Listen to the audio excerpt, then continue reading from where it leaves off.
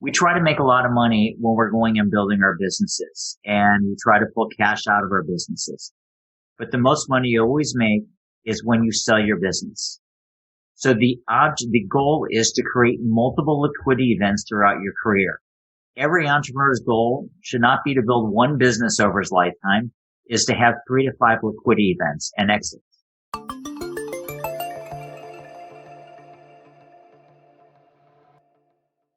Tom Shipley, welcome to Performance Marketer. What's up, man? Hey, Eric, great to have you. Yeah, it's good to connect. So we're losing you to the West Coast. So good luck on that. Austin's coming up, and I'm gonna miss you, man. I'm gonna miss being here. It's been an amazing 14 years up here in New Jersey. Yeah.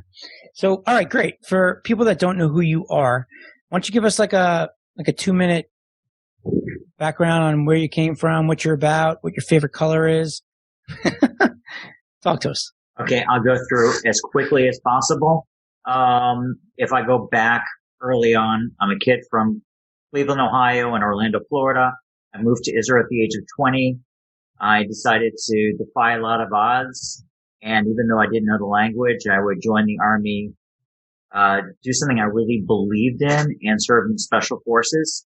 And somehow from 170,000 people that go in the Army to 10,000 people trying to get into my unit, I was one of the 13 people who made it through the 18-month course. Incredible, but a lot of the foundations for what I do in business, I can say absolutely ties back to the philosophies that I learned in special forces, whether it is about leadership, whether it's about grit, whether it's about tenacity, whether it is the approach on how do you win a war, hill by hill. There's a lot of cool analogies, but that gave me the foundation. And coming after special forces, coming back to the United States and being a special operator, I had an idea for a business. And when you're talking about risk, I had $100 in my pocket, gambled it all, and started my first business, which did pretty well. It was crazy. A product I saw in Israel and exploded here in the United States. And then I ended up getting carried away with the weakness that I identified that I had. I'm a marketing, merchandising, and I'm an entrepreneur. What I didn't get is the systems, processes, analytics, and how do you run a business. So I got carried away and got a bachelor's and master's degree in industrial engineering, which is all about the foundation. And it turned out for a guy who was going to spend the rest of my career in direct response marketing and direct to consumer, it turned out to be the perfect foundation. I went out and started my first platform. And again, it was about, I'm always looking for what is that blue ocean, or as I used to say, white space. What is the, where's the underpriced attention, and where's there a inefficiency in the marketplace? And at that period of time, I identified a market that was underserved. It was a business professional, and came up with this idea for an e-com store. Now, we're going back 21 years I've been doing e-commerce. And I built my first platform, was based off of our website. And so you're talking about early days of email marketing, early days of Google. So again, it's been a great ride. Had a print catalog, as well as we had about 14 pages in Sky Mall magazine, did some acquisitions along the way, sold that business off, and looking for the next inefficiency in the marketplace. And it was the craziest model in the world that companies like L'Oreal, Johnson & Johnson, Procter & Gamble do. They want to launch a brand. They put together focus groups. They put together packaging, and they end up putting together $100 or $200 million global launch marketing budget. And it's a spray and pray. Direct response marketers, that is just crazy. And we said we can use multi-channel or omnichannel marketing to build iconic beauty brands, which had so much of the profile of what I loved. And that's the hypothesis, is we will use consumer spending to build this brand awareness. We'll do it channel by channel, eventually go into retail, but the brand awareness will sell through. And that's what we did. Our first business was Atlantic Coast Brands, was hydroxytone. It did about $1 million that first year, did about $7 million that second year, and third year we hit $100 million in it. Wow. And again, high growth. And so, with this, we've done a number of brands. Right now, our largest brand is Keranique. We're the women's hair regrowth expert. We dominate the women's hair regrowth, niche. It was a niche that we identified. Again, underserved marketplace. No one was really focusing on it, and we dominated it. And so over the last decade, we sold about $1 billion of beauty products. And I'm going to say the most of our spend right now is pure digital. But this is where I go back to the fundamental lessons that I learned is I don't care what channel I market in. I'm always looking for underpriced attention. And at one time, for example, we were the third largest radio advertiser in the United States. We don't do any radio advertising now. It's not effective anymore. At one time, we were the 15th largest short form TV advertiser in the United States. We don't do any short form TV right now. So again, everything just pivots, and right now YouTube is exploding on us. So it's always interesting. So that's what I do is I build brands, I look for opportunities, and I build platforms that can scale. And anything that has a foundation to it, if you identify the key points of leverage, you can scale it. And that's what the greatest game, Eric, that you and I are in, entrepreneurship is all about. And it is one of the greatest games, period. Wow, that's awesome, man. Really impressive. $100 million in 3 years, and then over $1 billion on your, that's really impressive, man. Now, just a question for you. You were talking about underpriced attention, right? And the question I have for you on here is, how do you figure out what platform is underpriced and where you identify that there's an opportunity before anybody else is there? Well, we don't go in we don't like to go into areas that before everyone else is there. What I look for is where marketers are having success and people that I know are on the forefront of identifying these opportunities and are having success. And that's when we'll test. When I have enough data to prove that this scope is big enough and the opportunities are happening there. And here's one of my axioms that you've heard and you know that I live by, which is my net worth is based on my network. My network is everything. So having relationships with people that trust me, that share this information is key. Yeah. So for example, I know from some of my acquaintances that are doing very big volume. Let me take a step back. We've gone all in into paid social through Facebook and Google. That's where we spend significant amount, or Facebook and Instagram, and we do a lot of spending on Google. YouTube's a little bit of a different animal. We dipped our toe in the water, and it really wasn't that profitable. It's not that difficult to do. Yeah. And then we decided to, based on companies that I know in my network that are having success in YouTube, where they just launch correctly with the right agency, and that worked on creative and media buying, and they were able to scale their media larger than they did for Facebook.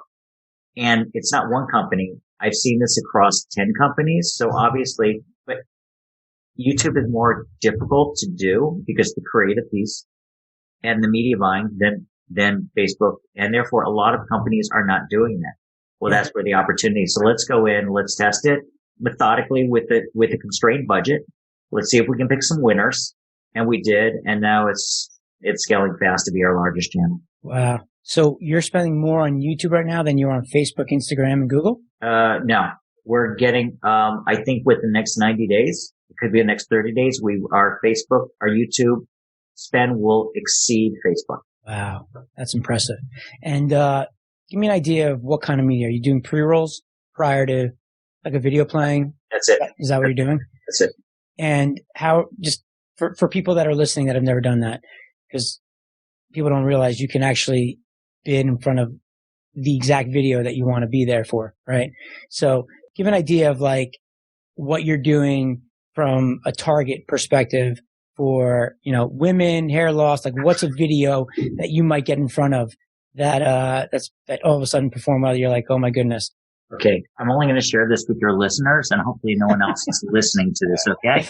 So Just you and me. do not share this trade secret. Okay. Just you. So, and I'll share this, that there are different strategies on YouTube. For example, Perry Belcher, love Perry. And with one of his businesses, he went to YouTube and he is a YouTube expert in what he does he doesn't have an agency. One guy who does YouTube buying, and he goes in and he identifies specific videos that are keen, and he'll start testing specific videos and building a large amount of videos that it plays in. He's doing select buys from a video basics, and or the guru that they're following that has a very aligned follower, and that's the way he's doing it. But it's very slow and deliberate to do it that way.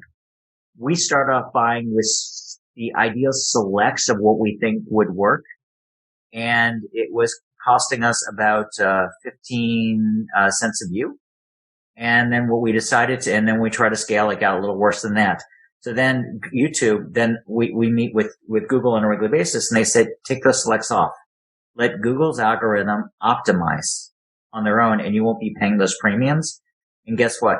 It's working. That's what's working for us. We're letting YouTube optimize. Wow. Again, we're very, very, there's a certain amount of audiences and budgets and cost gaps. So we're very methodical, and we track that throughout the day on a daily basis on how we're doing each campaign. But that really won. Right. And for people listening, the way that you do that is you place a pixel on your conversion. So they're able to identify when you get a sale, right? So that's the way they optimize your media, right? Correct? Yep. And I'll share this with you is that we don't, while I think we have one of the smartest digital media guys in my business that could do all the media buying, we do no digital media buying on our own. We pick boutique agencies. I will not work with the big agencies because you get lost and they don't have respect for your dollars. I work with boutique small agencies, small shops that we can work tightly with them. And that's what we're doing. And that's how we've grown all of our campaigns, all our businesses. And it's an interesting strategy. Even if you look at people like digital marketer Ryan Dice, his philosophy, they used to do, again, they're digital marketer. They used to do all the media buying in-house. And they've changed that. They'll do testing in-house. But once a campaign's ready to scale, they'll go out and give it to a boutique agency who will run it and worry about it 24 hours a day and let them do that. Sure. I mean, it makes sense. You know, why you could hire people, smart people, and it is nice to have control, but they're the experts, right? That's all they do. You'll pay more. You'll pay a lot more than if you have a person in-house, but they're the experts, and you'll lose a lot more money if you don't. So, well, you also learn if they have a bunch of clients, you're also getting that learning, and hopefully that'll trickle over to you, and 100%. Scale it, and you can focus on your business and what you do best. Then it makes sense. So I think that's really smart. So let's switch gears a little bit, okay? Because I know you're infamous for the guy who's able to walk in and find a way to create leverage and get some equity in a company or purchase the entire company without taking $1 out of your pocket. So I know you've done some cool stuff for us behind the scenes in our inner circle, but maybe there's a few tricks that you can bring out of your bag for the crew here to listen to on ways that people can get involved without having to take out of their pocket hundreds of thousands of dollars, millions of dollars to get into a big business. Okay. So it's a great point. And the biggest thing that it takes to buy a business with no money out of pocket or invest in it is mindset. You have to have some strategies and then just have the confidence to do it. And one way to get confidence is you just go out and do it. So, and the first time you do it is scary for anyone, no matter what level you are. And the question is, and I'll share some stories. First of all, if anyone wants to learn have the best, ROI from any money they ever spend $50, go online, find Roland Fraser's challenge on how to buy businesses with no money out of pocket, his epic challenge. Spend the $50 for the 5-day challenge and take it. It is I'm going to say, I hate the word ninja, but it is the best, the most incredible, badass strategies and techniques and tools you'll ever have in order to buy a business, period. Okay, cool. So, and that's it. And I've gone all in with Roland. Roland's even a partner based on that. Roland's even, a partner in my new business venture. Nice. So, which is all about acquiring businesses. So, did he put any money in, or he just? I would, Roland, by the way, you got Roland's one of the wealthier guys I know, and he would never put his own money in. Right.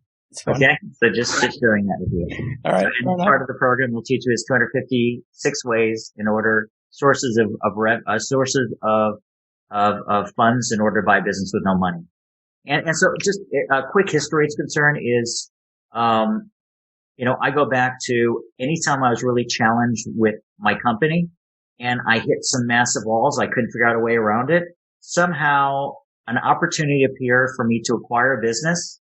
I acquired it, brought in outside debt, figured out different ways to structure it through notes and outside capital that brought in, acquired it, and it turned out to be the foundation for growth to the next level that I couldn't have done without it. It saved my business in Orlando, Florida.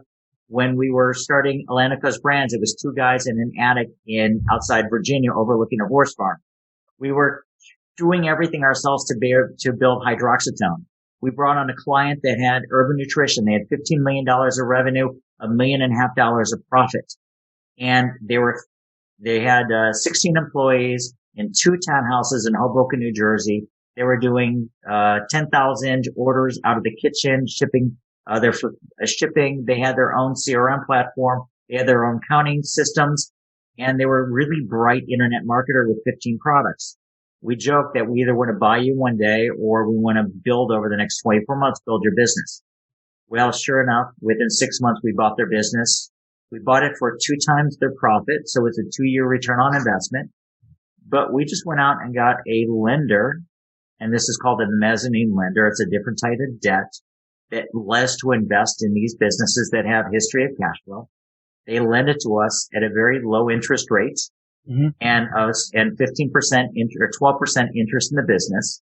And suddenly we bought this $15 million business, and we took our business at that time was doing about $300,000, and we pulled hydroxytone onto this platform, and that platform enabled us to have exponential growth because the platform was there, and we know how to leverage that platform. But again, no money out of pocket. And Drew and I had invested everything we had into our company. We were mortgaged out. We were done. Our credit cards, we were maxed out. We had no cash. Yeah. So what kind of leverage did you have with them where they're going to lend you money? Is it based off of your history of success? Yeah. Was it against receivables? How does that work? First of all, people invest in people. When you go to meet with, and we had a broker invest us to this group, and we had a business plan in place. First of all, they had to like you and trust you. So they liked myself and my partner. And then they looked at the business we were buying. They weren't going to lend us based on our history because we were a brand new company with no history except for losses. They invested in the fact that I was buying a business that had a steady history of profit and cash flow. And that you were going to now come in and run it, and you're showing them a business plan on how you can triple whatever. Yep. And even if we kept it steady, they get their money back. Yeah. But we know how to grow it.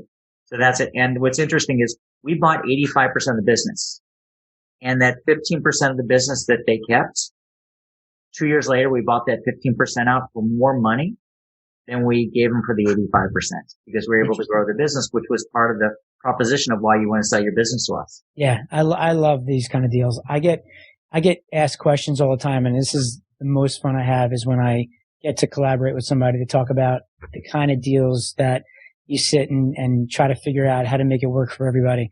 Just curious, if one company is doing $5 million in revenue and you own 100% of that, right? Another company you own 50% in with me, and we're doing $5 million in revenue. And what's your EBIT on both of them? Let's call it 20%. And now together it's worth more than separate. So you want to combine the entities and try to go and sell it off.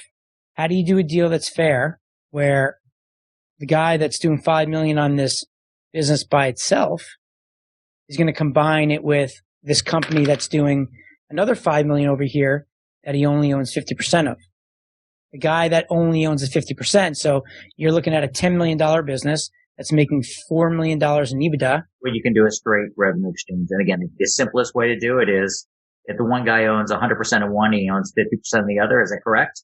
Yep. So basically, if you put in a combine, he owns 75% of both. Yep, exactly. That's one way of doing it.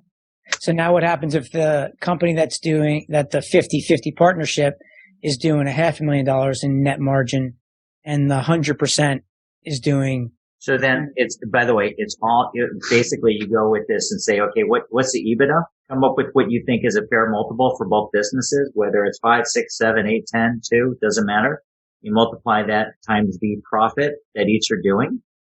And it's just math after that. The only difference is if one business is doing over $10 million of EBITDA, of net profit, and the other one's doing $1 million, then the math changes drastically because businesses that are do over $10 million of EBITDA are worth a lot more money than a company that does $1 million, period. Therefore, if there's ever an opportunity for two companies that are doing under 10 million to come together, and they come together, now suddenly both businesses combined are a lot more companies out there will pay, and they'll pay a lot more from a multiple. Multiple is just the number that you multiply times the company's net profit to determine the value of it. Yeah. Yeah. So multiple ultimately is like paying somebody up front for years in advance, right? So you're saying that if the same company, if two companies are exactly the same, one's doing 5 million in EBITDA and another is doing 10 million, the 10 million is going to get a higher multiple, drastic higher multiple. Yep.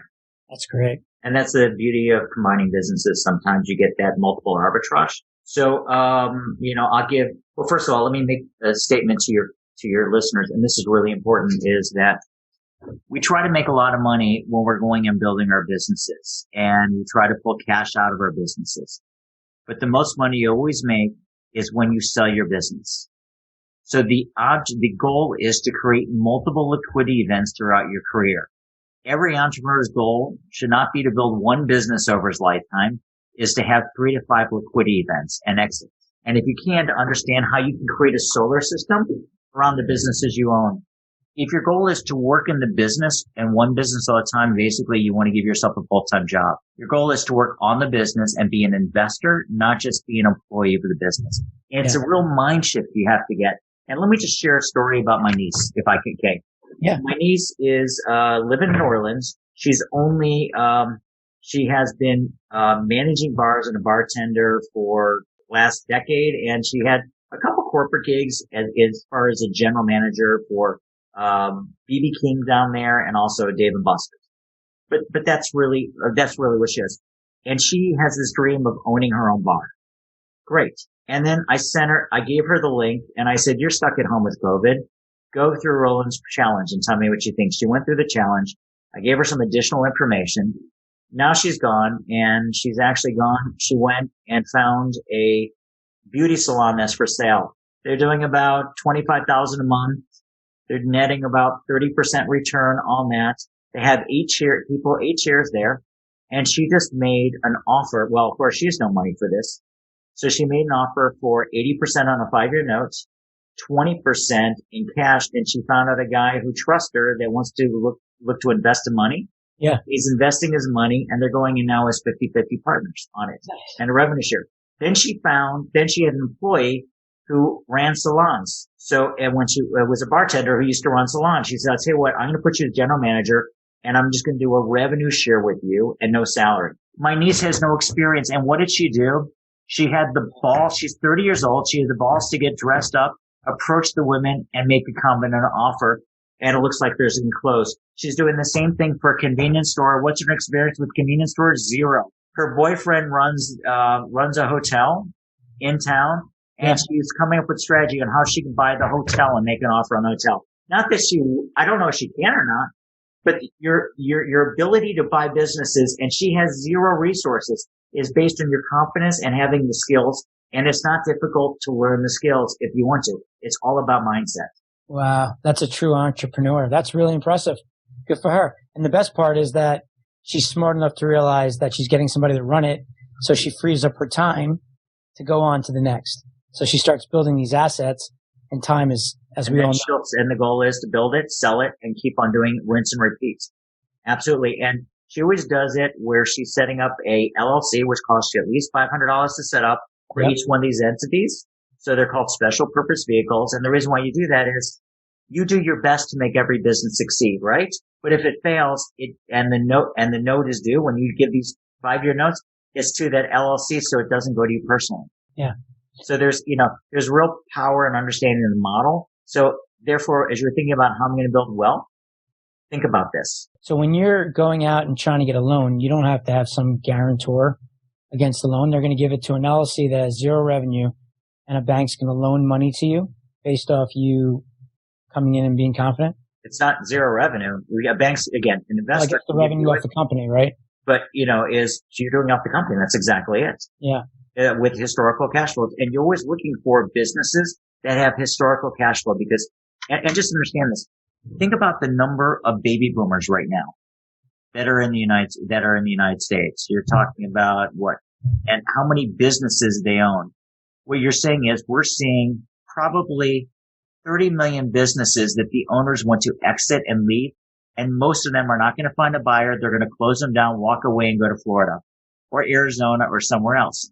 Right. Looking for change, and most of them will close down. So finding these opportunities, they're out there, and people are always looking to move on to the next thing. And the way you can rescue this and save them and really doing them a service is finding these opportunities. And it takes just work to do it. So let me ask you, it's hustle. I mean, bottom line, it's hustle, but give me like one idea of how someone would approach this with talking to a business owner without getting too personal, but hey, how are you? I'm thinking about buying a business. Are you comfortable? Nope.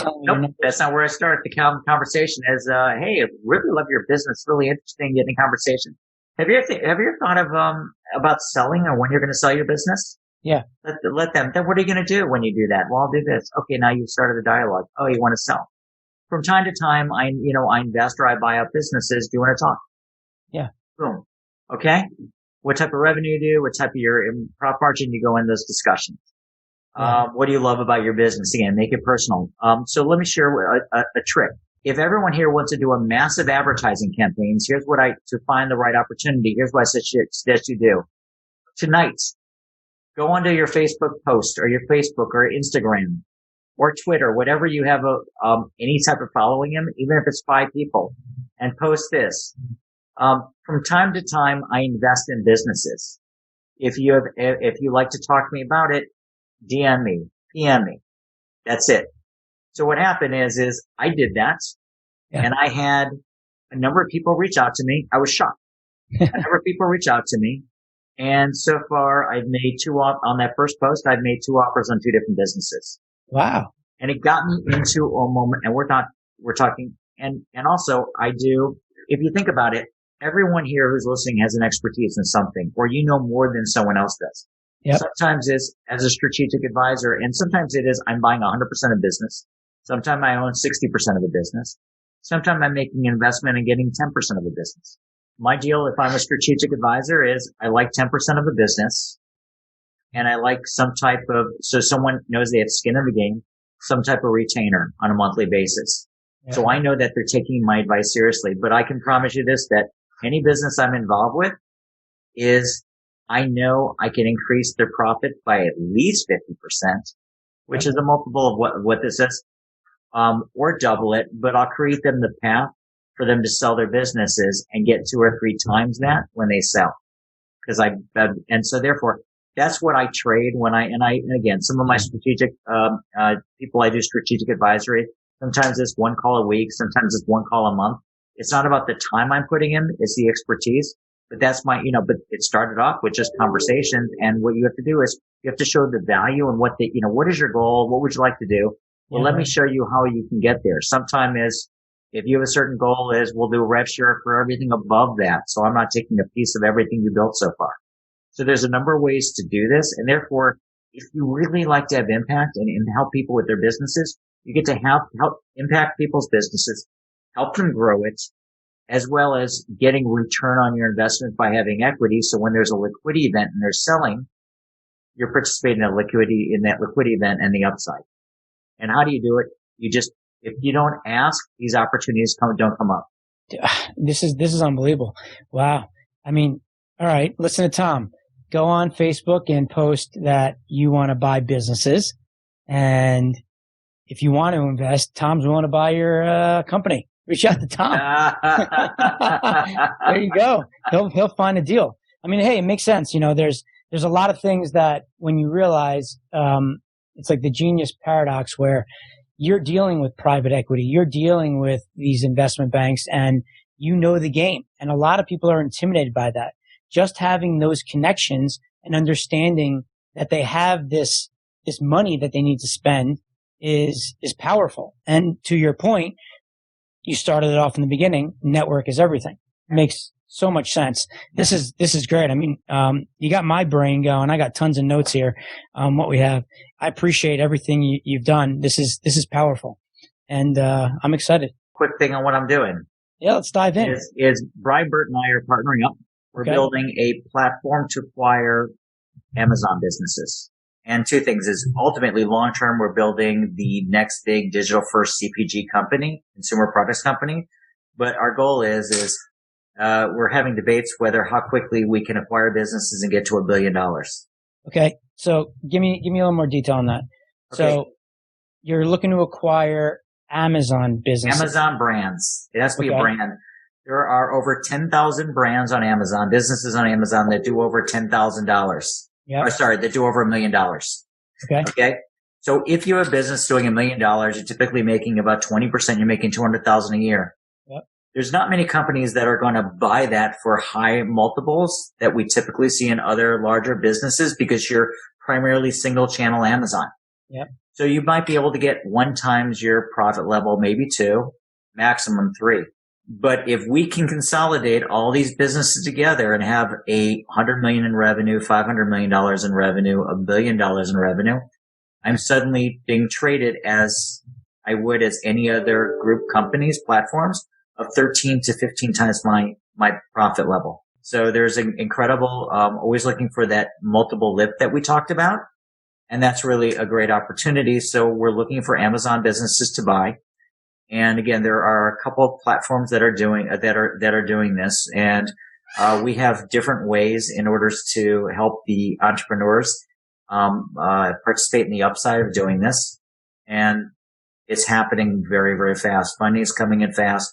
The deals we're looking at, we've already issued letters of intent. So it's really exciting on the business model. We've had several senior members of Amazon join the team. The former head of strategy at Amazon who left 4 weeks ago. Yeah. So things are happening so it's very, very exciting. And this is based out of Boston. That's massive, man. That's great. So you're thinking that people that are on Amazon, they have a brand, they're relying on Amazon. Mm-hmm. You're a guy who has marketing experience and has the ability to take them off Amazon and drive sales without them having to depend on Amazon. Is that part of the strategy? Well, not like that. Also, Brian Bird has a leading Amazon agency in the country. We used him. He tripled our business with Karen Eek. So basically, we're putting within the Canopy platform, Brian's company, we're going to scale them. And plus, I'm going to take them to off Amazon. So it's, through, we put them on Shopify and then doing Facebook and YouTube. So that's really the significant opportunity there. And we're just going to keep on acquiring businesses. Oh, that's huge. And growing the platform. So anybody who's listening here that has an Amazon business with a brand should reach out to you? Yep. And just go to, by the way, how would they reach out? How would they get in touch? tshipley.com, tshipley.com. tshipley.com. All right. That's awesome, man. I didn't know you were doing that. So congratulations. That's new news to me. Thanks, Eric. It's what happens when you put an entrepreneur, give him too much time during COVID to think, and I no longer had my 3-hour commute. I know. We've been talking for about a year, and I know it's just been a lot going on in that brain and a lot of good ideas, and that's awesome, man. So I'm glad you founded him. And Brian, of what I know of him, he's an amazing guy. He's an amazing guy, great heart, and he's a beast. So I appreciate that. Didn't he just have a child? He just had a baby. Yeah, so congratulations to Brian and his wife. That's exciting. Cool. Well, all right, man. You rock. Tom Shipley, thank you so much for showing up on here. The people that are listening to this, you probably want to listen to it 5 times because of all of the stuff that he just talked about was priceless. So I thank you for that. I'm thankful for knowing you, and I wish you luck on this new venture.